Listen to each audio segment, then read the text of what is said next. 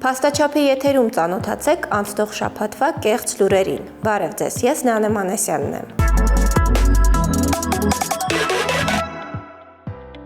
Անցնող շաբաթ հայաստանյան տեղեկատվական տիրույթում կայծակնային արագությամբ լուր տարածվեց, թե Միացյալ Նահանգների սպառնալիքից հետո Իրանը փակել է իր օդային տարածքը եւ զորքերը բերել թիվ 1 մարտական պատրաստության։ Լուրը տարածելիս հղում էին անում իրանական մեհր գործակալությանը։ FIPM-ն ուսումնասիրեց իրանական այս եւ այլ աղբյուրներ, սակայն ոչինչ չգտավ երկրի օդային տարածքը փակելու մասին։ Ավելին, մենք ուսումնասիրեցինք նաեւ ինքնաթիռների թռիչքներին իրական ժամանակում հետևող եւ դրանց վերաբերյալ տվյալներ փոխանցող Flight Radar 24 պորտալը եւ պարզեցինք, որ Իրանի օդային տարածքը այդ պահին եւ հետո էլ շարունակում էր բաց մնալ քաղաքացիական տասնյակ ինքնաթիռների համար։ Հետևաբար լուրը կեղծ էր։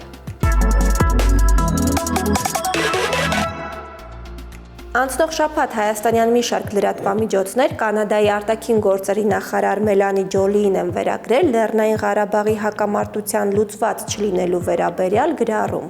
Իրականում Ջոլին սոցիալական մեդիայի իր էջերում հրապարակում է արել, ոգեկոչելով 2016 թվականի ապրիլյան պատերազմի զոհերի հիշատակը, նշելով, որ տևական լուծումը կարող է ձեռք բերվել միայն դիվանագիտության եւ միջազգային իրավունքի նկատմամբ հարգանքի միջոցով։ Այս գրառումից որոշ ժամանակ անց այն իր Facebook-յան էջում կիսել է Կանադայի հայ դատի գրասենյակը, գրելով իր մեկնաբանությունը, որն էլ հետագայում վերագրվել է Կանադայի արտաքին գործերի նախարարին։ Այսօրվա համար այսքանը։ Շարունակեք հետևել մեզ սոցիալական ցանցերում, հղումը գտեք մեկնաբանությունում։ Կհանդիպենք։